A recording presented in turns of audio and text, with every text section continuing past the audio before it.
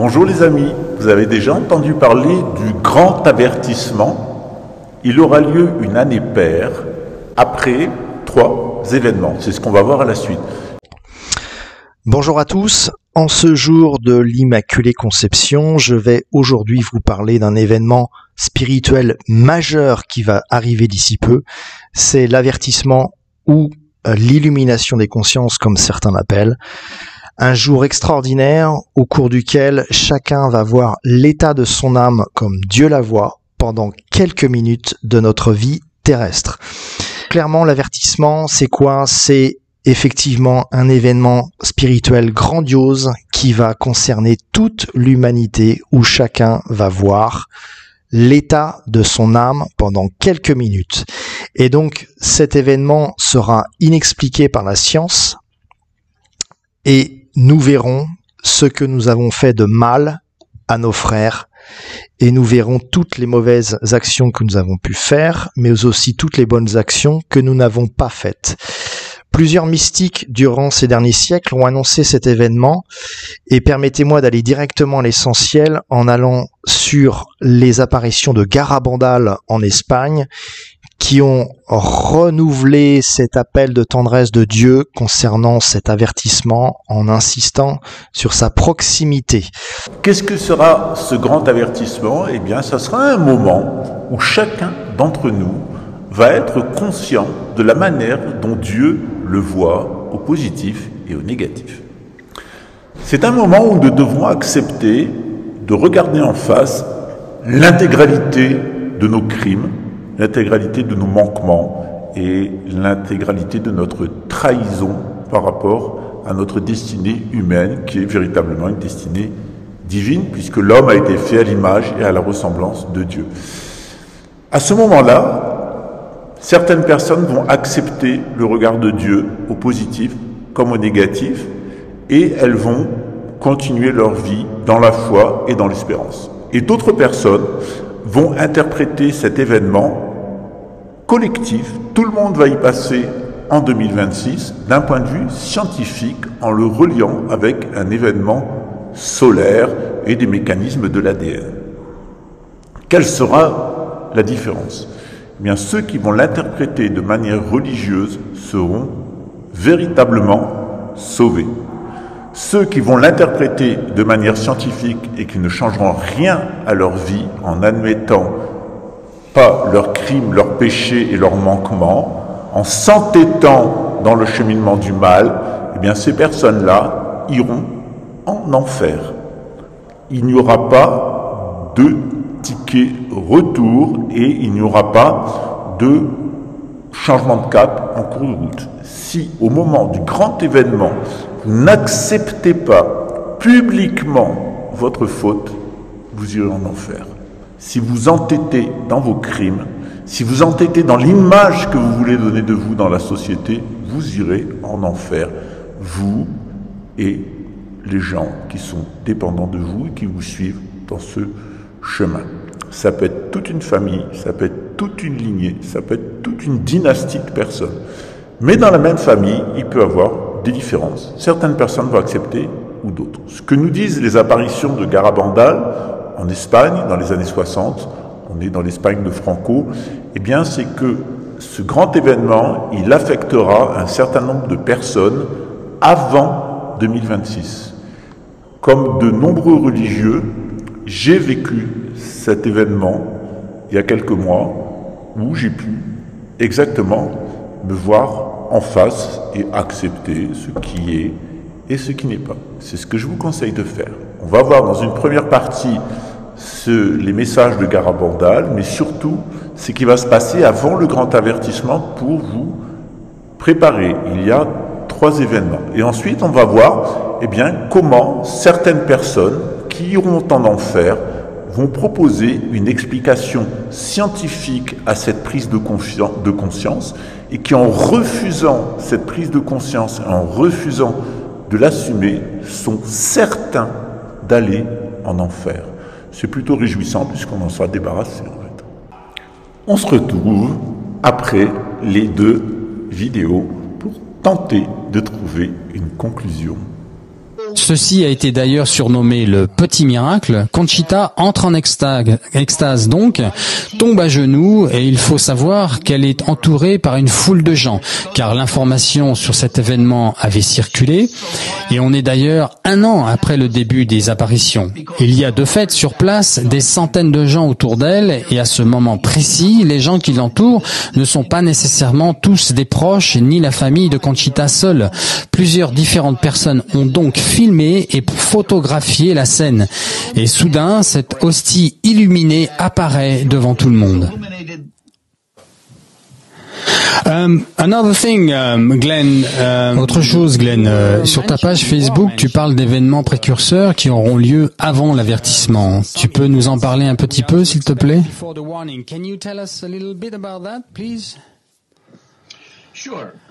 Absolument. Les premières informations que nous avons nous ont été données par Marie Loli. Cette dernière a spécifié que l'avertissement aura lieu une année paire. Et elle ne connaissait que l'année de l'avertissement, pas le jour exact. Et ce qui s'est passé, c'est qu'un prêtre lui avait mis la pression afin qu'elle lui dise l'année exacte. Ce qui lui était impossible, évidemment, à cause des instructions de la Vierge Marie de ne pas le révéler.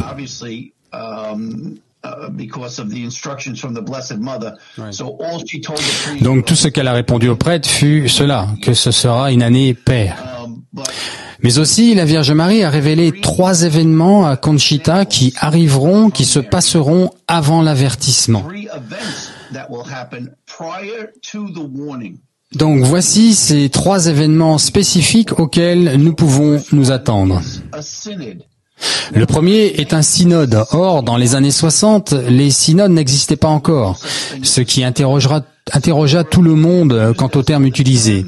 Marie lui dit que ce sera un synode important. Et le synode qui a lieu en ce moment même est probablement le synode le plus significatif et le plus important jamais existé, car nous n'avons jamais eu un synode qui, d'une part, dure 3 ans, et d'autre part, et d'après ce que j'ai pu en entendre et en lire, celui-ci semble apporter des changements libéraux importants à l'Église.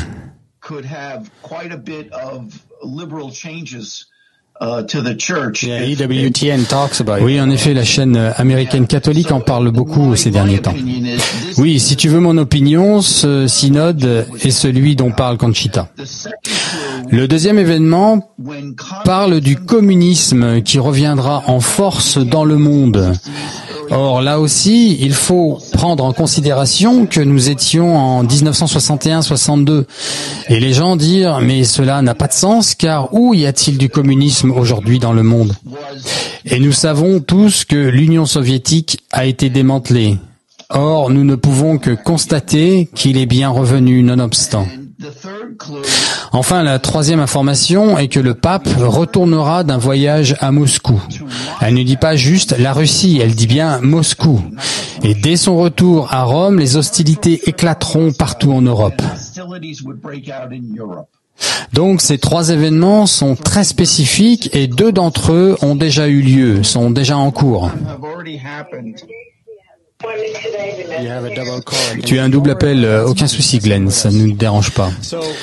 Donc 3 signes dont le premier est le synode, lequel est supposé se terminer l'année prochaine, sauf erreur? Oui, en fait, non. Il vient tout juste d'être reconduit jusqu'en 2024. Ah bon? Ok, intéressant tout ça.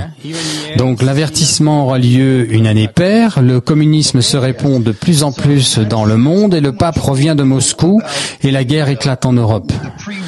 Oui, voilà les signes précurseurs que nous connaissons et qui ont été révélés à Conchita. Ok, très instructif. Merci Glenn. Come on, to the radio on. It's Friday night and I won't be long. Gotta do my hair, I put my makeup on. It's Friday night and I won't be long. Till I hit the dance floor, I got all I need. Sur ce tableau que j'ai sur mon ordinateur, vous voyez donc des mesures prises depuis des satellites dans l'espace qui montrent tout un train d'énergie, d'ondes qu'on reçoit depuis l'espace. Donc on retrouve sur cette ligne aux alentours de 8 Hz ici la fréquence de la Terre, la fréquence de base de Schumann qu'on retrouve partout. Et vous voyez que à peu près cette longueur-là représente une dizaine d'heures en temps réel. Nous sommes le 27 avril et nous avons reçu pendant ici 2 heures de temps, pendant 5-6 heures de temps, des spectres d'énergie, de fréquence. Et dès qu'une onde nous traverse, c'est à la fois une énergie qui se transmet, mais aussi c'est de l'information qui est transmise. Donc notre ADN est impacté par ces énergies qui viennent de l'espace en permanence, à des degrés plus ou moins forts, ce qui explique les aurores boréales parfois, ce qui explique des pétages de plomb, ou au contraire des élévations de conscience pour l'humanité. Un seul flash cosmique comme ça pourrait nous transformer directement dans un scénario de la planète des singes, si nous sommes en évolution, ou en être lumineux si nous sommes en évolution de conscience. Merci. C'est-à-dire qu'il y a un double mécanisme qui vient, il y a des impulsions en fait cosmiques qui viennent, et ces impulsions cosmiques elles impactent ces antennes qui sont notre ADN ancestral et notre ARN qui nous change au quotidien. Et donc toutes ces informations qui viennent du cosmos, elles auraient un effet directement sur notre évolution au niveau génétique, c'est ça? Oui, parce que notre ADN, je vous l'ai dit, était comme une antenne à ondes scalaires, et donc toutes ces particules de lumière, etc., de neutrinos nous traversent et impactent directement notre ADN, qui peut, selon notre état d'être, si on est dans la peur, se recroqueviller et provoquer des douleurs, des souffrances, des aliments. Au contraire, si notre ADN est déroulé, nous sommes relaxés dans le bien-être, nous pouvons nous aider. Et donc ça, c'est quelque part, c'est la main de Dieu, donc un flash cosmique, et nous pouvons être transformés du jour au lendemain en singe ou en être de lumière. Alors, ça signifie que, par exemple, si on a des nanoparticules à l'intérieur, par exemple, qui se fixeraient sur la horte cardiaque, hein, il y en a dans un certain nombre de brevets. Il y a des brevets, par exemple, sur des traitements divers et variés qui se font sur base d'injection. Ça veut dire que ces nanoparticules, elles pourraient servir d'amplificateurs et d'antennes, c'est-à-dire n'importe quel flash cosmique pourrait avoir un impact beaucoup plus important à cause de la présence de ces nanoparticules. Alors n'importe quelle éruption solaire, par exemple, peut faire sauter tous les systèmes de satellites, les systèmes électriques. Et donc forcément, si nous avons des nanomachines à l'intérieur de nous, ça peut les perturber, ou au contraire, elles sont entretenues par tous les trains d'ondes artificiels qui sont mis autour de nous, que ce soit par les antennes diverses de téléphonie mobile, radio, wifi, etc. Et donc effectivement, en un flash, on peut soit créer des perturbations à l'intérieur d'un individu, soit au contraire le transformer. Il y a des gens qui vous traiteront du huluberlus. Vous pouvez nous rappeler votre formation universitaire, s'il vous plaît? Alors moi j'ai une formation grande école française, entre guillemets, pour grande école, donc Mathsup-Mathsp, puis j'ai intégré Saint-Cyr, école spéciale militaire de Saint-Cyr, où on a un diplôme d'ingénieur généraliste quand on est scientifique, et puis ensuite j'ai fait une carrière dans l'armée dans laquelle je suis retourné une dizaine d'années après avoir suivi ce cursus universitaire à nouveau aux études, pendant 2 ans, pour obtenir le diplôme d'ingénieur de l'École nationale supérieure de l'aéronautique et de l'espace, Super-Héros à Toulouse, puis un cursus de pilote d'essai en ayant réussi aussi le test d'ingénieur navigant en essai.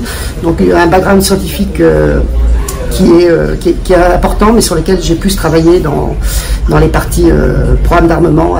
Donc finalement, vous étiez un agent du lobby militaro-industriel, votre épouse était un agent du lobby Big Pharma. Et vous... On était donc à la base convaincus du bien-être qu'on faisait aux gens, que ce soit à travers la pharmacie, Nadine, que ce soit à travers la défense, des intérêts de la nation en tant qu'officier. Et puis plus on monte en grade, plus on accède aux choses qui sont un peu cachées derrière le voile, derrière le rideau, et plus on se rend compte que finalement la pièce dans laquelle on a un rôle est peut-être différente de celui qu'on croit. Bon, comme vous le voyez, hein, il y a un certain nombre de personnes qui sont au moins renseignées d'un point de vue scientifique, c'est-à-dire que cet événement, non seulement il est attendu, mais ensuite il est provoqué de manière artificielle avec notamment les technologies qui jouent sur la ionosphère.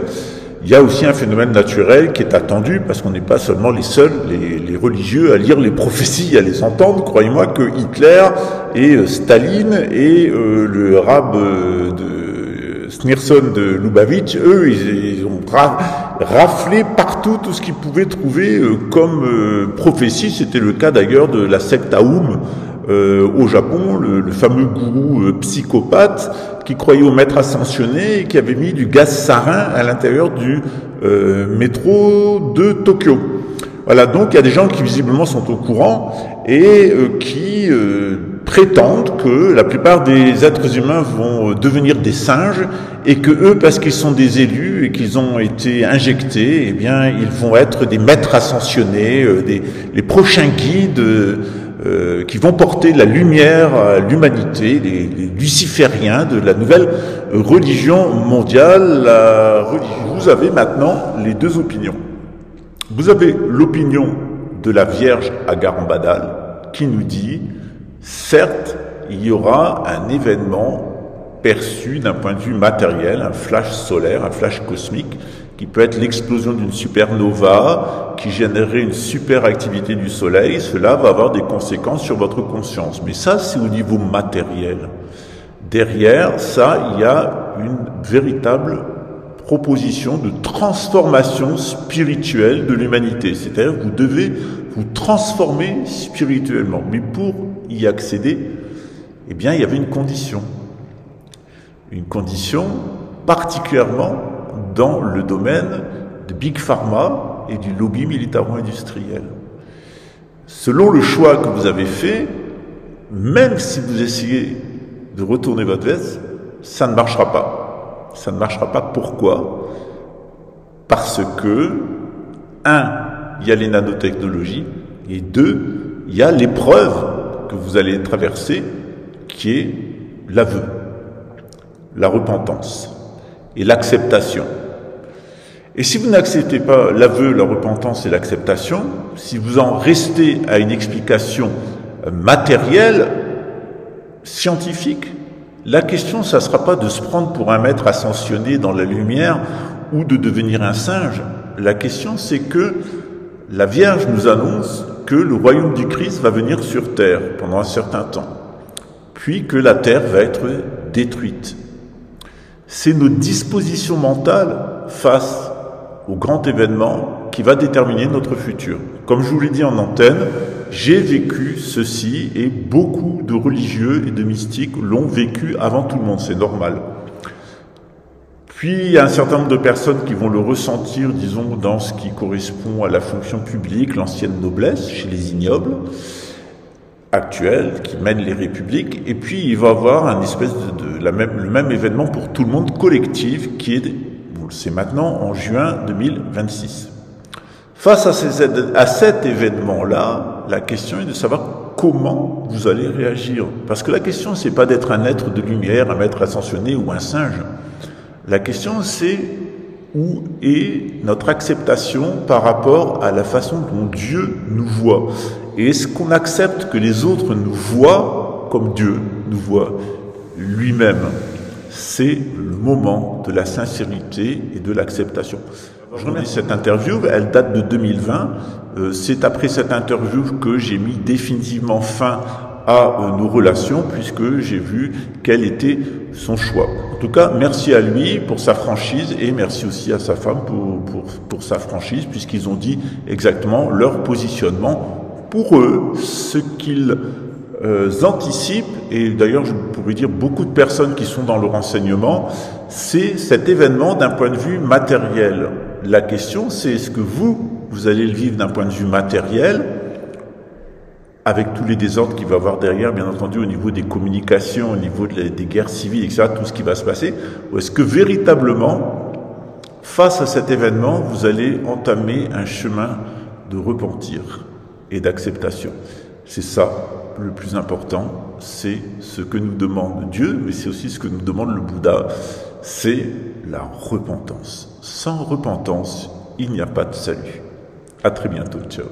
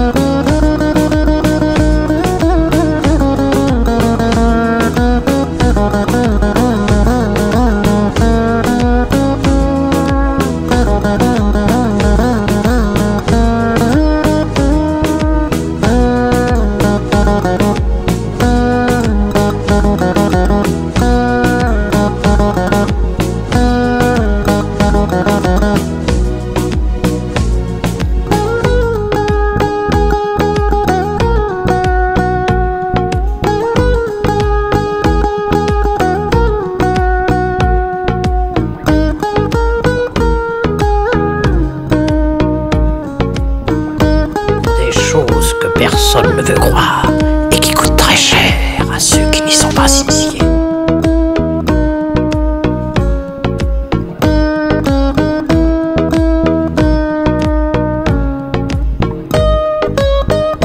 Te voilà prestement initié au secret de la pomme, en feras-tu bon usage?